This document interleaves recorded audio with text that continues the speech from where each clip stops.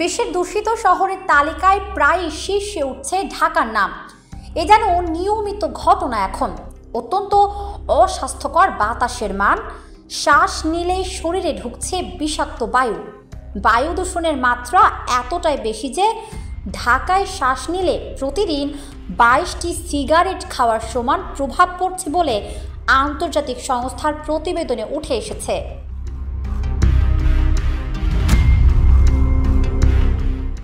কিন্তু প্রশ্ন হচ্ছে, ঢাকায় এত দূষণ কেন? কিভাবে নিয়ন্ত্রণ করা যাবে ভয়াবহ এই দূষণ?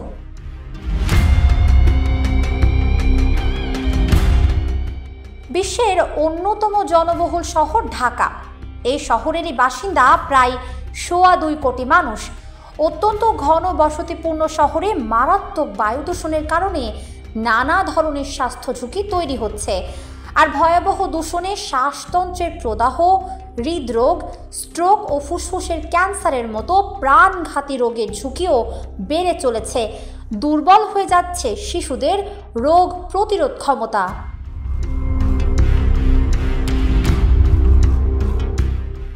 ঢাকার ভয়াবহ দূষণ নিয়ে বিভিন্ন সংস্থা ও দপ্তর নিয়মিত কাজ করে যাচ্ছে। মূলত 3টি কারণে বিষাক্ত হয়ে উঠছে ঢাকার বাতাস। এগুলো হলো ইটভাটা, যানবাহনের ধোঁয়া ও নির্মাণ সাইটের ধুলো। এছাড়া শিল্প কারখানা থেকে নির্গত ক্ষতিকর বর্জ্যও বাড়াচ্ছে দূষণ। বায়ু দূষণ নিয়ন্ত্রণে বিভিন্ন সময় নানা ধরনের সুপারিশ করছেন বিশেষজ্ঞরা। তবে সেসব বাস্তবায়নে কার্যকর কোনো পদক্ষেপ না থাকায় কোনোভাবেই নিয়ন্ত্রণে আসছে না দূষণ।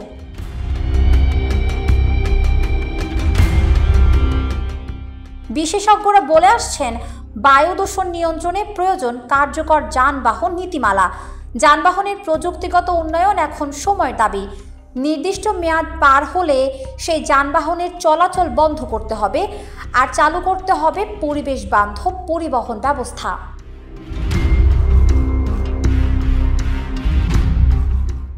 দূষণের আরেকটি অন্যতম কারণ হলো ইটভাটা।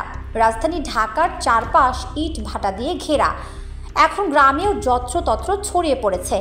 নীতিমালা থাকলেও ইটভাটা নিয়ন্ত্রণে নেই কড়া পদক্ষেপ।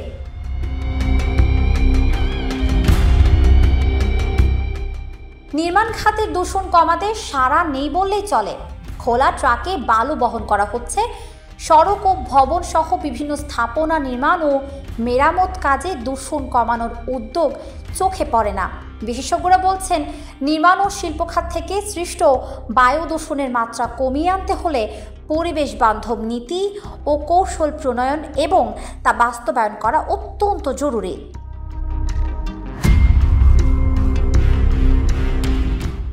এসবের বাইরে দূষণ কমাতে প্রযুক্তির নতুন উদ্ভাবনকে দেশে পরিচিত করানোর উদ্যোগ নিতে হবে বলে মনে করেন সংশ্লিষ্টরা।